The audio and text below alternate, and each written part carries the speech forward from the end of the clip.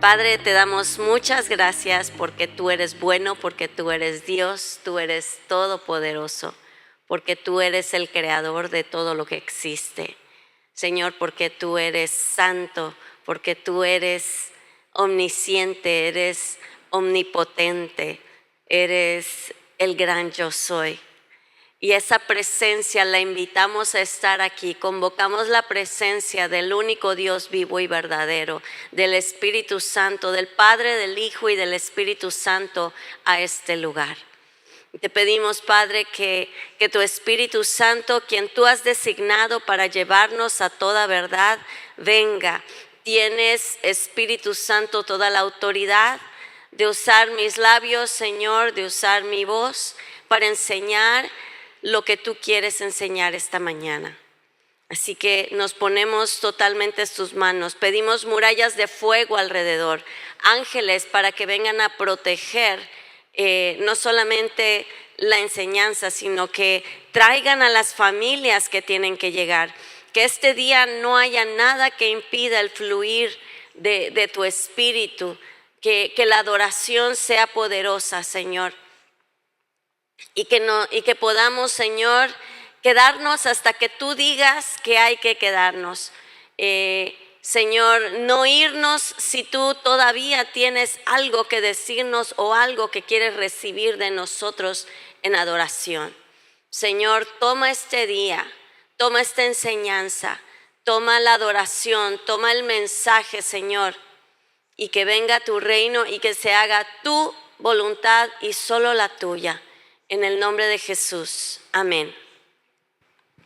Bueno, la semana pasada estuvimos viendo la ofensa que causa la verdad en aquellos que no son realmente hijos de obediencia. Vimos lo que el Señor pide obediencia, que el Señor pide que le seamos fieles para realmente como veíamos en la escritura anterior, la verdad se vuelve una roca de ofensa. Pues el día de hoy vamos a hablar de la madurez que requerimos nosotros para desempoderar la ofensa. ¿Sí? Entonces, amén, aleluya. Y porque la ofensa tiene todo que ver con nosotros, ¿ok? Y vamos a ver lo que es la madurez para que nosotros no seamos motivo de ofensa y para que cuando la ofensa quiera venir a nuestro camino, frenemos el ciclo que ella tiene. Las dos escrituras claves que tenemos están en Mateo 17, del 24 al 27. Y dice: entonces vinieron a Capernaum, y cuando llegó a casa, Jesús habló primero diciendo: ¿qué te parece, Simón? Los reyes de la tierra, de quienes cobran los tributos o los impuestos, o sus hijos, de sus hijos o de los extraños. Y Pedro le respondió: de los extraños. Y Jesús le dijo: luego los hijos están exentos. Sin embargo, para no ofenderlos, ve al mar y echa el anzuelo. ¿Se dan cuenta que él no tenía que pagar impuestos? Porque se lo está diciendo, le está explicando la ley a Pedro. Y bajo ese precepto de ley, Jesús dice, luego los hijos están exentos. Sin embargo, para no ofenderlos, ve al mar y echa el anzuelo, y luego vas a ver que en el pez va a haber una moneda, etcétera, etcétera. Segunda escritura, y vamos a desarrollar estos dos temas. Entonces se le acercó Pedro y le dijo: ¿cuántas veces perdonaré a mi hermano que peque contra mí? ¿Hasta 7? Y Jesús le dijo: no te digo hasta 7, sino aún hasta 70 veces 7. En este capítulo vamos a hablar de dos temas muy importantes que le quitan al enemigo el poder para entrar a nuestras vidas por medio de la ofensa. El primero es que nosotros no seamos motivo de ofensa, ¿sí? Y el segundo, cortar el ciclo de la ofensa a través del perdón. La madurez y la humildad que necesitamos para no ser motivo de ofensa se mide en la capacidad de evitar con nuestras decisiones el ser ese motivo de ofensa. Y tenemos que tener el corazón sano para no ofendernos ni guardar resentimiento. Jesús mismo dio el ejemplo al renunciar a su derecho de tener razón para mantener su corazón libre. Y él enseñó luego que el perdón no es una opción emocional, sino una decisión espiritual continua. ¿Quién era Jesús? ¿Quién es Jesús?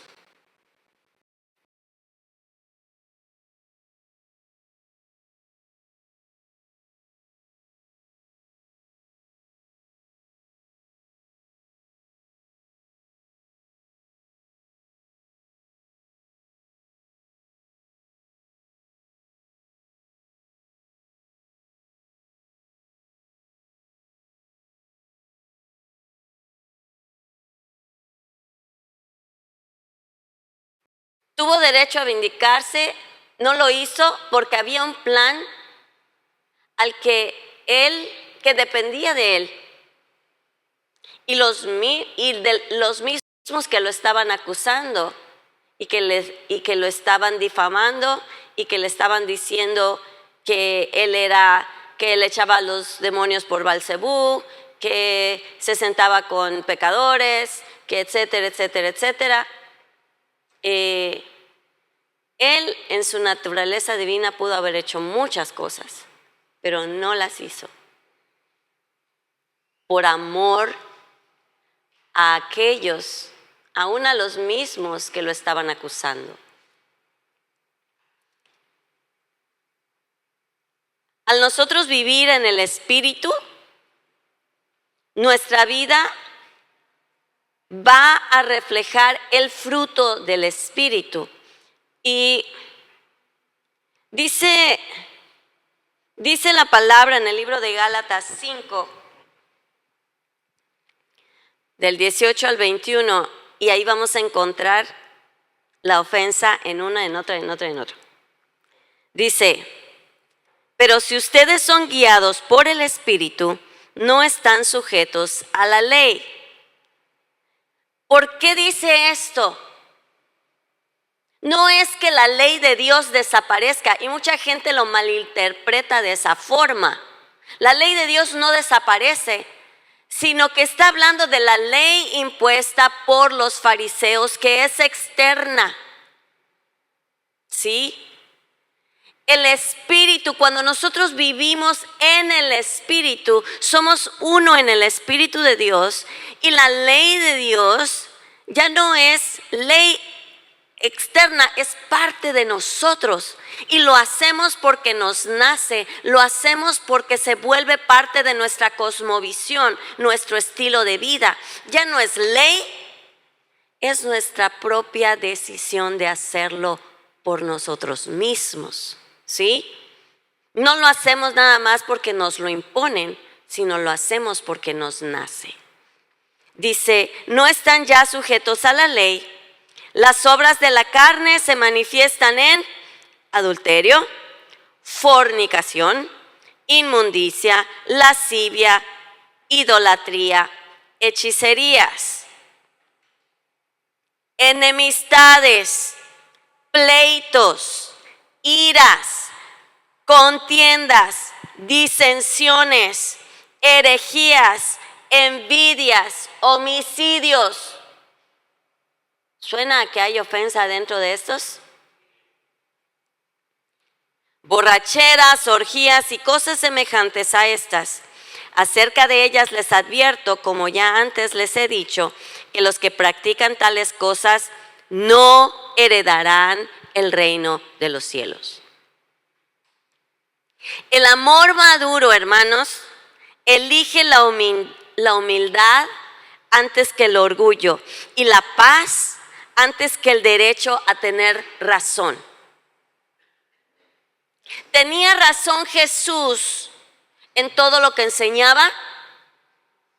Sí. Y cuando vemos el ejemplo de esta escritura que les puse aquí arriba, donde Jesús le explica a sus discípulos, a Pedro, le dice, y le dice Simón, acuérdate de la diferencia entre Simón y Pedro, ¿se acuerdan? Entonces, aquí le dice Simón, dice Simón, los reyes de la tierra, ¿de quiénes cobran los tributos? ¿De sus hijos o de los extranjeros? Y dice, de los hijos. Pero él dice, nosotros somos hijos, no necesitamos pagarlo. Más sin embargo, para no ofenderlos, ve y vas a encontrar una moneda, bla, bla, bla, ¿sí? Para no ofender al sistema. Entonces, si Jesús dijo, no lo necesito hacer, pero lo voy a hacer por el bien, por amor al plan de Dios, por amor a estos que están aquí, por amor a los que aún me van a matar, porque él sabía lo que iban a hacerle, renunció a su derecho para no ofenderlos. Él sabía que su testimonio en el reino era más importante que sus derechos. ¿Sí? El bien de otra persona por amor. Por eso dice la Biblia que el primer y el más importante mandamiento y el segundo, de los cuales se deriva toda la ley, es amar a Dios y amar a nuestro prójimo como a nosotros mismos, ¿sí? Entonces, cuando nosotros obedecemos la ley de Dios, tiene que haber un fundamento de lo que nosotros lo amamos a Él y de la manera en que Él manifiesta su amor en nosotros hacia los demás. Gálatas 5:13 dice, hermanos, ustedes han sido llamados a la libertad, solo que no usen la libertad como pretexto para pecar, más bien sírvanse los unos a los otros por amor. Esto está en el contexto de la escritura que les acabo de leer del fruto del Espíritu, de vivir en el Espíritu. Esta es parte de vivir en el Espíritu, porque esto está en Gálatas 5:13. Y lo que acabo de leerles antes está en Gálatas 5 del 18 al 21. Aquí habla de una libertad.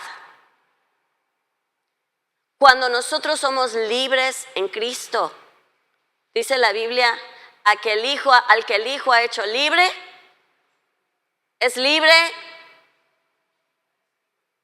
¿Hello? De verdad. ¿Sí? ¿Dónde está el Espíritu de Dios? Es así, todo el mundo se lo sabe. ¿Sí? Entonces, pero aquí nos dice, no usen la libertad como pretexto para pecar. Más bien, sírvanse los unos a los otros por amor. Vuelve a meter el amor aquí. El esclavo hace cosas porque tiene que hacerlo. Tenemos que entender que nosotros ya no somos esclavos del pecado y de la muerte, ¿sí? Sino somos hechos libres por la sangre de Cristo. No somos esclavos, somos siervos del Señor, somos hijos. Nosotros escogemos hacer lo que hacemos. Y hay una gran diferencia entre un esclavo y un siervo. El esclavo hace las cosas porque tiene que hacerlo. No tiene la libertad para decidir lo que quiere hacer. ¿Y qué empieza a suceder? El siervo en su libertad escoge servir.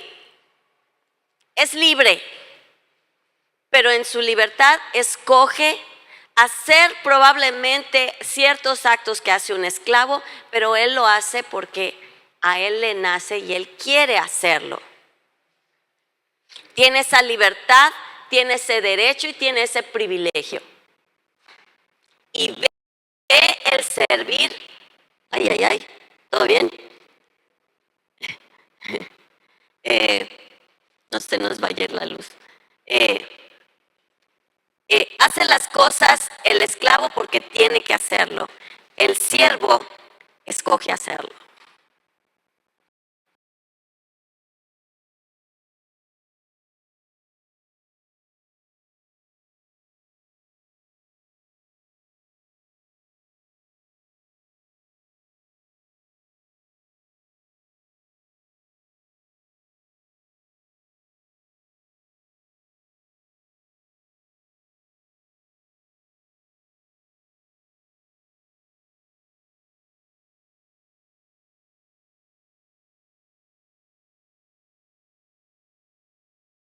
De la misión del lugar, llegan a ser valorados y son los que reciben ascensos, ¿cierto?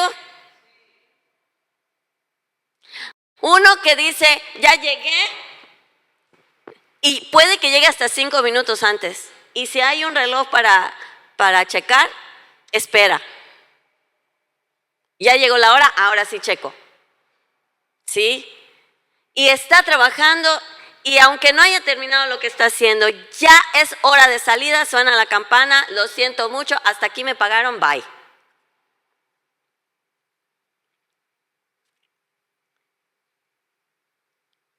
El siervo, si llega antes, comienza antes.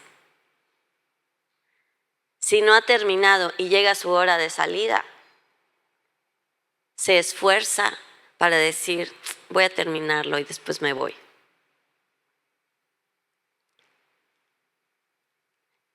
El esclavo reclama sus derechos.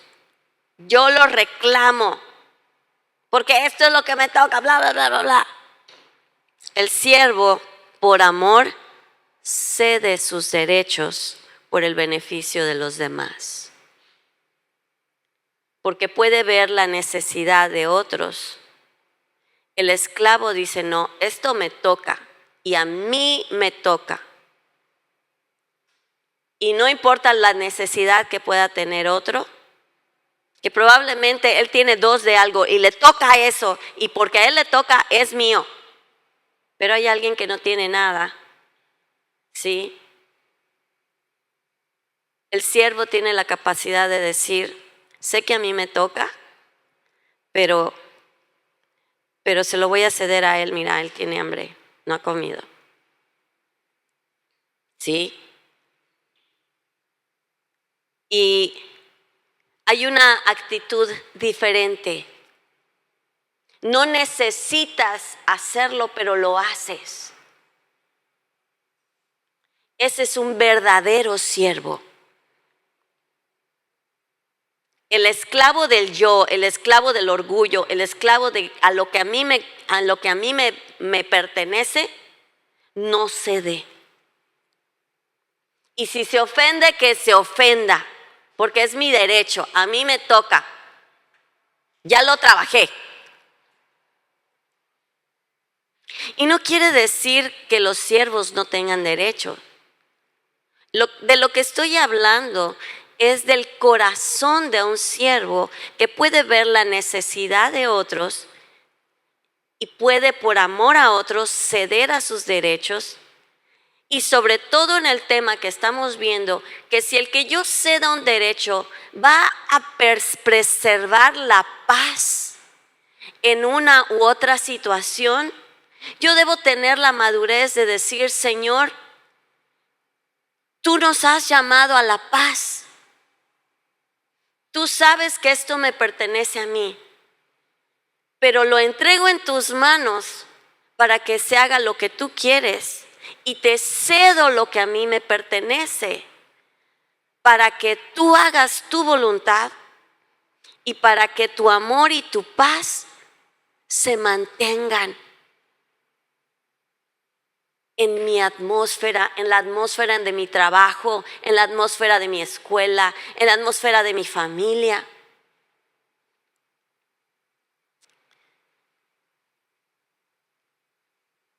La libertad se debe manejar con madurez. Los hijos de Dios sí tienen derechos, pero los hijos verdaderos de Dios los usan con la sabiduría de Dios.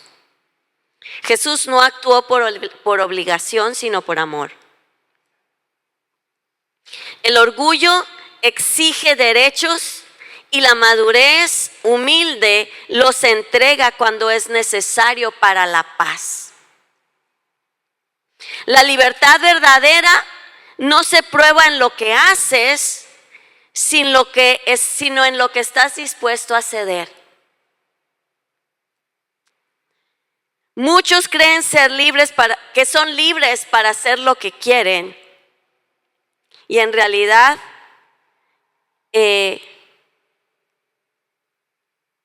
la verdadera libertad es poder decir no y no necesito demostrar nada.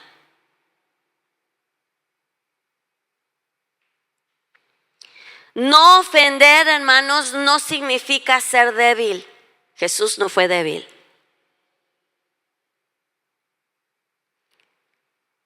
Dice la palabra en Romanos 14:1: reciban al que es débil en la fe, pero no para entrar en discusiones. Pero si tu hermano se siente agraviado por causa de lo que comes, agarré diferentes, es Romanos 14:1 y 14:15. Me fui del primero al 15, ¿sí? Entonces, el contexto es comer. ¿Puedo comer esto? ¿Puedo no comer esto? ¿Qué tengo que hacer con respecto a la comida? ¿Ok? Dice: reciban al que es débil en la fe, pero no para entrar en discusiones de este tema. ¿Sí? Pero fíjense lo que dice a resumidas cuentas en el versículo 15.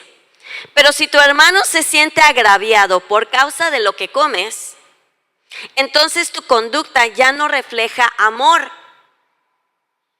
No hagas que por causa de tu comida se pierda aquel por quien Cristo murió. Hermanos, hay cosas que pueden ser ofensa para alguien, aunque tú sepas que no tiene nada malo para ti. Pero por amor y para que la fe del otro no perezca, tú tienes que sacrificar lo que comes, la manera en que te vistes. En Estados Unidos yo recuerdo que cuando hablaba de la vestidura de hombres y mujeres, ahorita ya no está de moda, pero hubo un tiempo que estaba de moda que los varones usaban el pantalón a medio cachete. ¿Sí? Sí, y no sé si los hay todavía. Sí. Y hay mujeres que en otra esfera. ¿Sí? Y yo recuerdo en más de una ocasión a más de una persona le he dicho, por amor a tus hermanos, no te vistas así. Pero es que no tiene nada de malo y además no es mi problema si tienen la mente cochina, bla, bla, bla. En una y otra ocasión la respuesta ha sido la misma. Cuando uno les dice por amor a tus hermanos, tú no sabes de dónde está saliendo tu hermano o tu hermana y con qué ha estado luchando.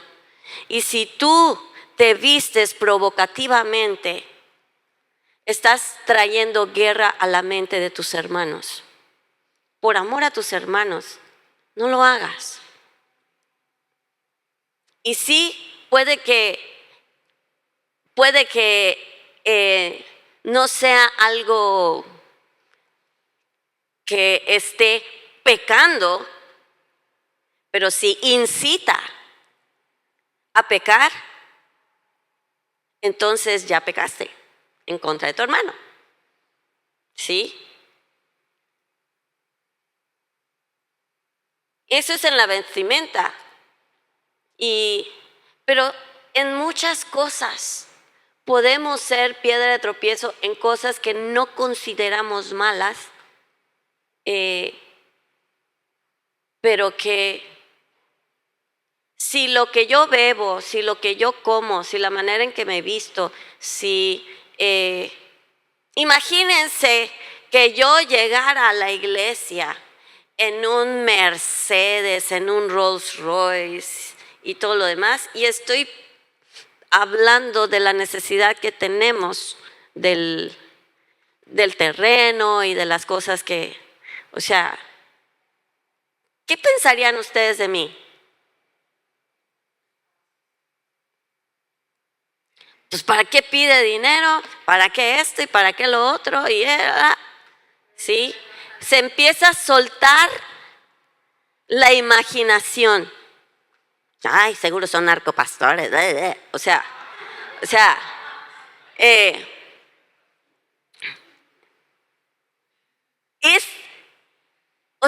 no causamos muchas veces y probablemente puede que hubo alguien que ministramos que fue muy bendecido y que tiene mucho dinero y pum, nos regaló un coche.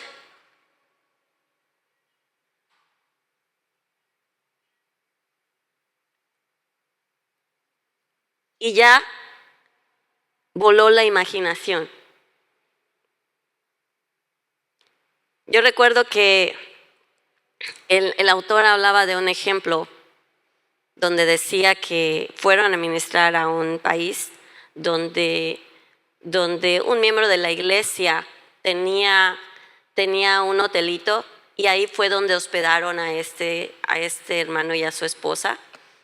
Y dice que en la noche oía a los perros ladrar, había mucho ruido y era un hotel humilde, limpio, pero no era un hotel así, sí. Y decía, el hotel donde se oían los perros ladrar. Sí, lo dijo así de... Y luego sabe otro hermano de la iglesia que llegó y dice, no, nosotros podemos pagarle un hotel de 5 estrellas y tiene esto y tiene aquello y decía, estábamos cansados del viaje, teníamos jet lag porque estábamos en otro continente. Dice, no habíamos dormido en la noche porque los perros no nos dejaban dormir. Dice, e íbamos a ministrar 7 veces durante el día. Y dice, a mí, dice, cuando llegó este hermano para decirnos que podíamos estar en un lugar donde no iba a haber ruido, donde ahora, dice, me vino como agua fresca, dice, no, dije, esto es de Dios. Pero su esposa le dijo, ¿sabes qué? Amor, no tengo paz, no tengo paz, no tengo paz. Y dice, tú no te preocupes, déjamelo a mí. Dice, vamos a dormir bien en la noche. Y le vuelve a decir su esposa, no tengo paz. Esposos, escuchen a sus esposas.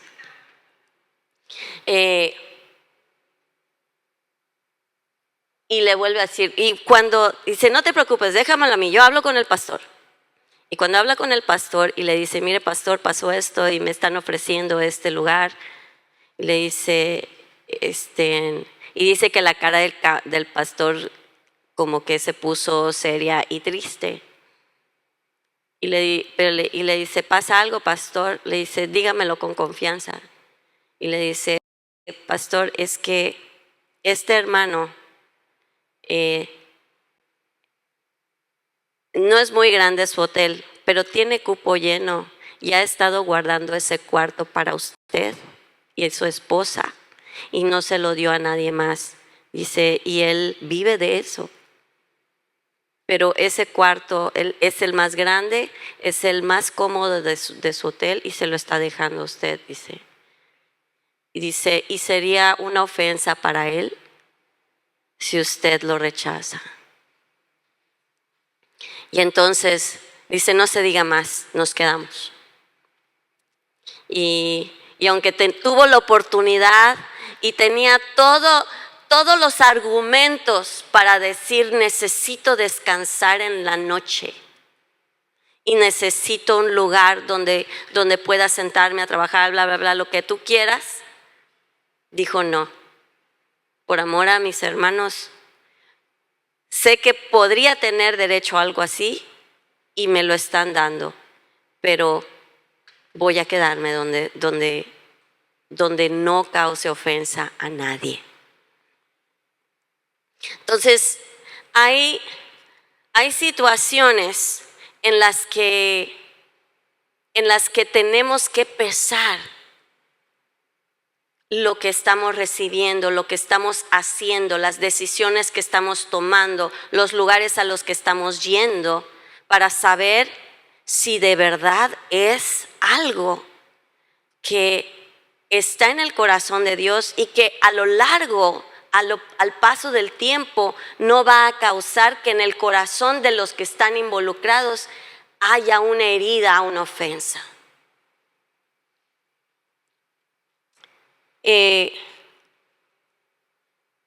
Dice el resto de esta escritura, para nosotros hay un solo Dios con respecto a la comida y si es bueno, si no es malo.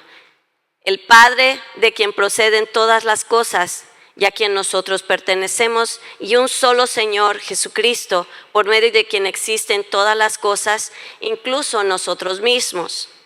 Pero tengan cuidado de que esa libertad que ustedes tienen no se convierta en motivo de tropiezo para los que son débiles. Porque si a ti, que tienes conocimiento, te ves sentado a la mesa en un lugar de ídolos, alguien cuya conciencia es débil, ¿acaso no se sentirá estimulado a comer de lo que se ofrece a los ídolos? En tal caso, ese hermano débil por quien Cristo murió se perderá por causa de tu conocimiento. Porque tú sabes, yo sé que no es malo y por lo tanto lo voy a hacer y que le pese a quien le pese. Esa actitud no es la actitud de un hijo de Dios. No se trata de eso. Se trata de que por amor no caiga la fe de alguien que no es fuerte en la fe. ¿Okay? Porque aquí lo dice.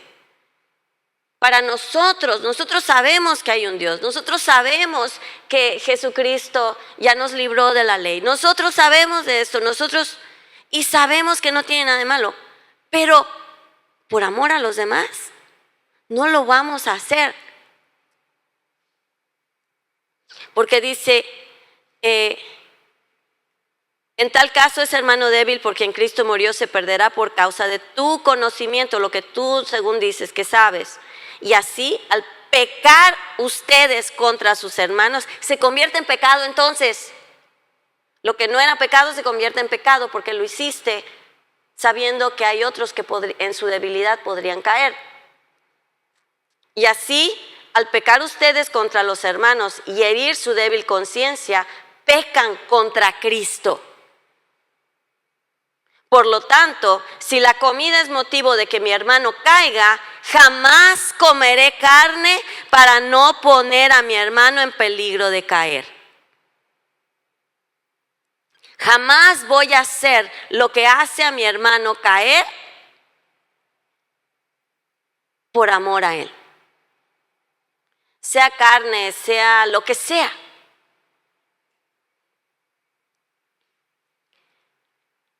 Eso está en 1 Corintios 8, 4, 6 y 9 al 13. En Romanos 14, 15, del 15 al 19, dice: pero si tu hermano se siente agraviado por causa de lo que comes, entonces tu conducta ya no refleja amor. No hagas que por causa de tu comida se pierda aquel por quien Cristo murió. No permitan que se hable mal del bien que ustedes hacen, porque el reino de Dios no es cuestión de comida ni bebida, sino de justicia, paz y gozo en el Espíritu Santo. Esa justicia no es mis derechos nada más, es rectitud en tu vida. Rectitud en tu vida, paz y gozo en el Espíritu Santo. El que de esta manera sirve a Cristo agrada a Dios y es aprobado por los hombres. Así que sigamos lo que contribuye a la paz y a la mutua edificación. ¿Así o más claro? Jesús, hermanos, se dio derechos y nunca perdió su identidad. ¿Causó ofensa a los que no querían aceptar la verdad? Sí. Porque una cosa es hablar la verdad del Evangelio y otra cosa es tomar decisiones y acciones que hagan a otro caer. Son dos cosas totalmente distintas. La semana pasada hablamos de la verdad que ofendía a los fariseos, la verdad que causó confrontación con el legalismo y con el pecado en el que vivía el pueblo de Dios en ese tiempo. La verdad, vimos la escritura que dice, se vuelve piedra de tropiezo para los desobedientes. La verdad ofende, pero cuando es la verdad del Evangelio, tenemos que decirla y sí va a ofender oídos. Pero es necesario confrontar el pecado con la verdad. Esto es diferente. Porque cuando confrontamos al pecado con la verdad, estamos abriendo el camino para que haya una convicción de arrepentimiento y la gente salga de su pecado. Aquí se trata de acciones que pueden hacer que la gente que está saliendo del pecado vuelva a entrar al pecado. ¿Se dan cuenta? El evitar la ofensa es proteger la influencia del reino. Si quieres ser de influencia para el reino de Dios, tienes que ser humilde y tener la madurez de vivir esto. Cada reacción impaciente o arrogante puede cerrar el corazón de alguien hacia Cristo. Si tú eres lo suficientemente arrogante como para que no te importe lo que piensen los demás, si alguien te dice eso, sabes que puede ofender a esta comunidad o a esta persona. Si tú dices, pues es su problema.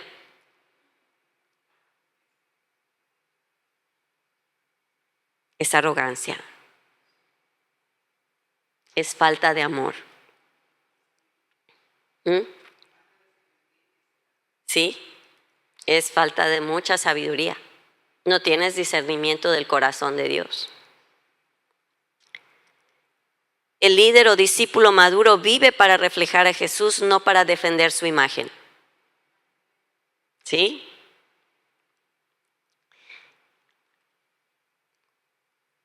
Piensen cómo podemos aplicar estos principios. en tu propia vida, en tus relaciones familiares o ministeriales, en tu economía. ¿He confundido alguna vez yo la humildad con debilidad? ¿Qué derechos debo rendir para reflejar mejor el carácter de Cristo? Ahora, vamos a pasar a otra fase de esto. El perdón que destruye el poder de la ofensa. ¿Sí?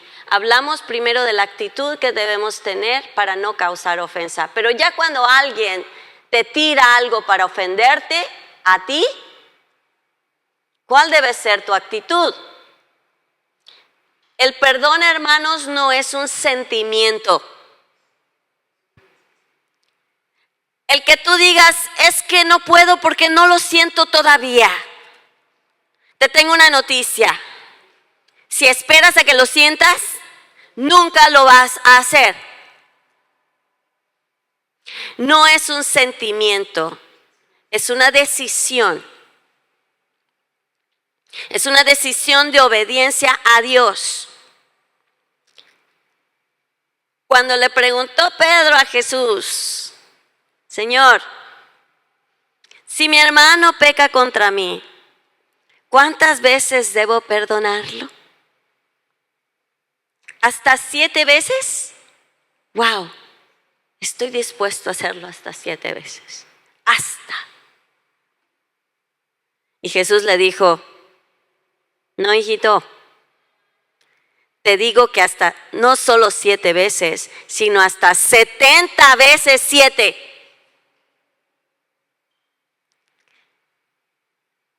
Jesús le enseña a Pedro que el perdón tiene que ser ilimitado. 7 es número de ciclos, ¿sí? Y como que está diciendo, en una fase de mi vida puedo perdonar hasta que se termine este ciclo. No, este ciclo y el siguiente ciclo y el siguiente ciclo y el siguiente y el siguiente y el siguiente y el siguiente. El perdón es un fruto de vivir en el temor de Dios. Y si quieren averiguar qué significa vivir en el temor de Dios, vean mi discipulado del temor de Dios. Tengo todo un discipulado del temor de Dios, lo tenemos ahí en el canal de la iglesia.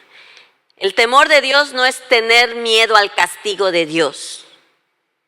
Eso es una falsa percepción de lo que es el temor de Dios. El temor de Dios se refiere a amar tanto a Dios que tengo terror de estar lejos de Él.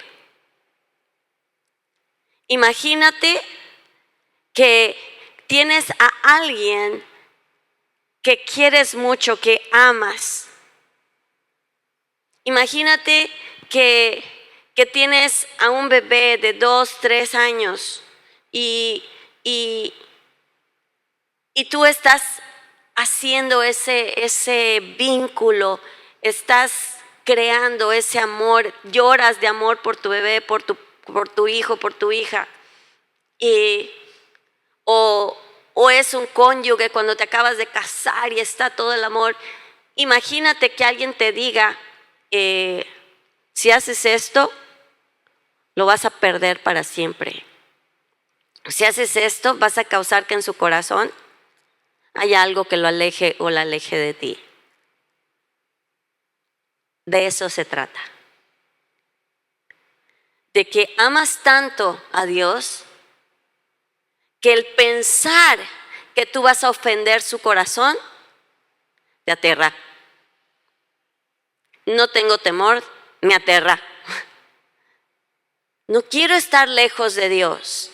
No quiero hacer nada que cause que su presencia se aleje de mí. Ese es el temor de Dios. Y esa es la introducción del discipulado del temor de Dios. No se trata de que el otro merezca el perdón, sino que tú confíes en que Dios hará justicia. ¿Por qué? Porque el perdón es un acto de fe, no de reivindicación ni de lo que es justo. El perdón aplica de que tú puedas decir, Señor, mi derecho de reivindicación, mi derecho de retribución, te lo entrego a ti. Perdono a X o Y persona, no me debe nada, te lo debe a ti. La deuda ya no la tiene conmigo, la tiene contigo. Y tú te arreglas con esa persona. El perdón no es para beneficiar a la otra persona, es para beneficiar al que perdona, porque se caen las cadenas y puedes caminar en libertad. No se trata de que el otro lo merezca, sino que confíes en que Dios hará justicia. Porque en Romanos 12:19 dice el Señor, mía es la venganza, yo pagaré, dice el Señor. El perdón corta el ciclo de la ofensa. La ofensa no perdonada se convierte en amargura, la amargura en frialdad, la frialdad en rebelión. Es una cadena. Y si ustedes han visto el curso que tengo de sanidad del alma, podemos ver esa cadena, ¿sí? Porque llega el odio. Y el odio te lleva a pecar. Entonces, la ofensa se convierte en amargura, la amargura en odio, el odio en pecado. Y déjame decirte, hermanos, que si tú no perdonas a la persona que te ofende o que te ha ofendido por mucho tiempo, hasta tu salud va a ver el resultado de tu falta de perdón. Hay gente ¿qué es lo primero que te pregunta el doctor cuando tienes problemas de colon? Dime.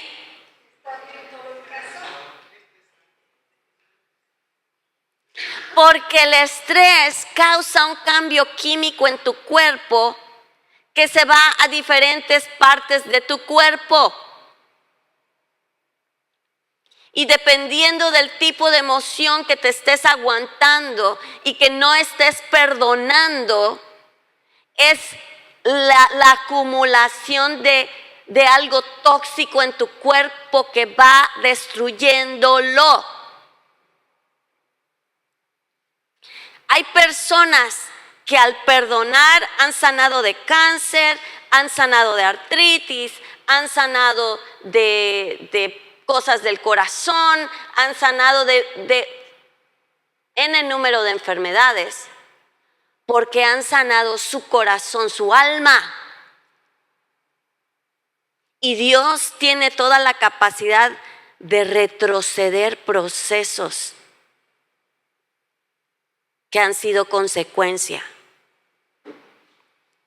Entonces, el perdón corta el ciclo de la ofensa, interrumpe esa cadena antes que destruya el alma. El perdón no siempre restaura una relación, pero restaura tu corazón. No es negar el daño, sino soltar el derecho a vengarse. La libertad interior no depende de la respuesta del otro, sino de tu obediencia a Dios. Hermanos, hay gente que dice, no, pues es que mi esposo me está diciendo que si ya lo perdoné, que yo haga esto, esto y esto. Ah, no, que ya me perdonaste. Entonces tienes que aceptar esto y esto conmigo.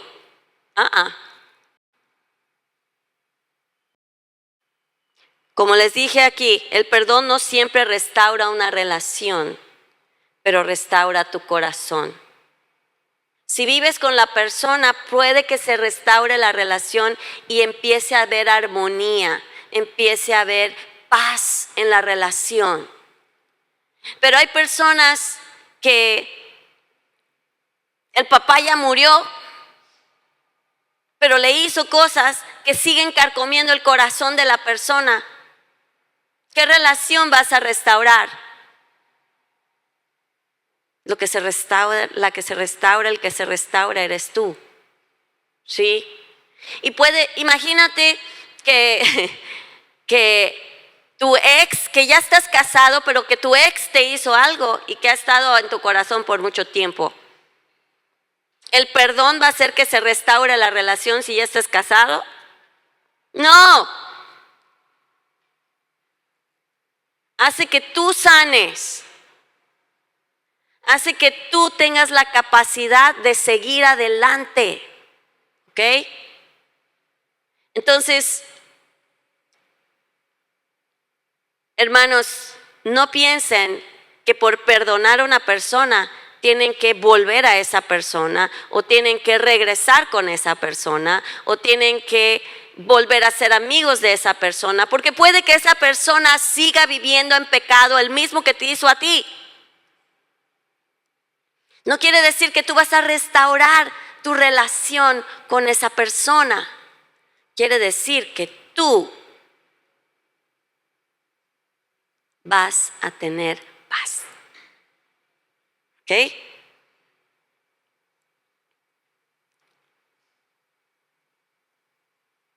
Negarse a perdonar nos encierra en una prisión espiritual.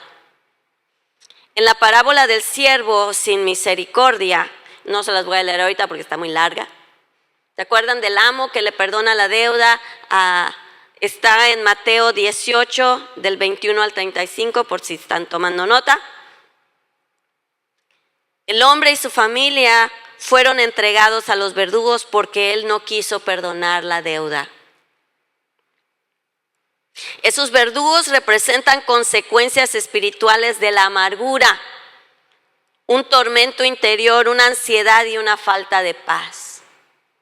Y dense cuenta, si leen bien esa parábola, no solamente él fue llevado a los verdugos y a la cárcel, su familia también.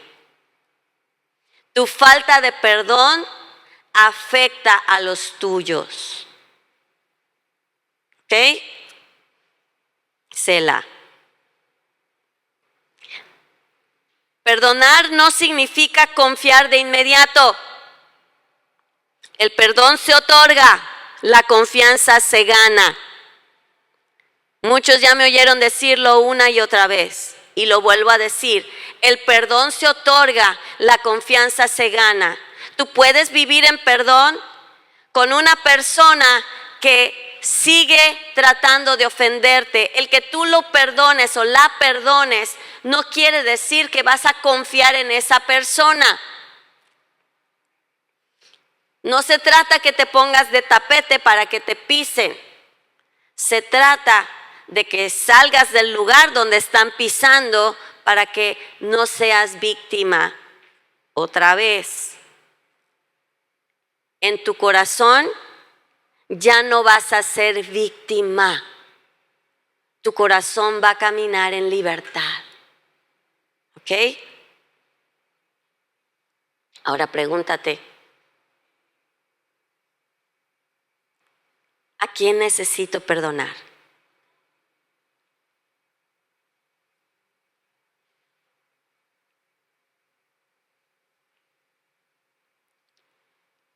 ¿He estado reteniendo dolor, esperando justicia humana? ¿Qué pasaría si decido hoy confiar en la justicia de Dios en lugar de mis deseos de una respuesta a mi favor? En conclusión, al nosotros madurar espiritualmente, mostraremos cada vez más la naturaleza del corazón de Cristo. Él dio su vida sacrificialmente, siendo Dios y pudiendo haber hecho u obtenido cosas debido a la autoridad que ya tenía como hijo de Dios, pero escogió morir a sí mismo para el beneficio de la humanidad. Ese amor tan grande de nuestro Padre Celestial lo llevó a tener capacidad para perdonar las ofensas más viles. Las más viles y las más humillantes que alguien podría sufrir. Al nosotros crecer y reflejarlo a Él cada vez más, seremos menos susceptibles a la ofensa y más rápidos para perdonar. Seamos cada vez más como Cristo, hermanos, viviendo en esa intimidad con Él y obedeciendo las enseñanzas de su palabra y de su corazón. Amén. Entonces, quisiera hacer una oración para que el Señor realmente nos revele, nos dé ese espíritu, esa humildad, ese discernimiento, esa sabiduría para saber qué es lo que tenemos que ceder y para tomar la decisión de perdonar. ¿En qué tenemos que ceder para no causar ofensa? Y cuando la ofensa llega a nosotros, ser rápidos para perdonar y no envenenarnos el corazón. ¿Ok?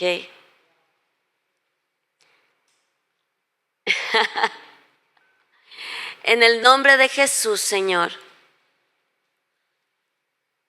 En el nombre de Jesús. Venimos, Padre, a pedirte de todo corazón. Mira nuestros corazones. En el nombre de Jesús venimos como David a decirte, Señor, escudriña nuestros corazones. Ve si hay en mi corazón camino de maldad y guíame en el camino eterno. No permitas, Señor, que haya en mí soberbia que cause que otros hermanos caigan en pecado y por lo tanto yo pecar contra ti. Padre Santo, no permitas que en mí haya soberbia para no perdonar. Te pedimos, Señor, díselo conmigo, Señor, cambia mi corazón. Muéstrame qué es lo que te ofende a ti primero que nada. Y si hay algo en mí que tiene la capacidad de ofender a otros, aún sin que yo me dé cuenta. Muéstrame si he estado ofendiendo a otros, si he estado lastimando a otros, si he estado siendo piedra de tropiezo para que otros caigan en pecado. Permite que en mí haya una convicción de rectitud delante de ti. Y en el nombre de Jesús, hoy te pido, muéstrame quién es esa persona a la que aún que no sea en esta temporada de mi vida, sean mis padres, sea mi cónyuge, sea aún mis hijos que me han hecho daño y que no he decidido perdonar. El día de hoy tomo la decisión de perdonar a esta persona.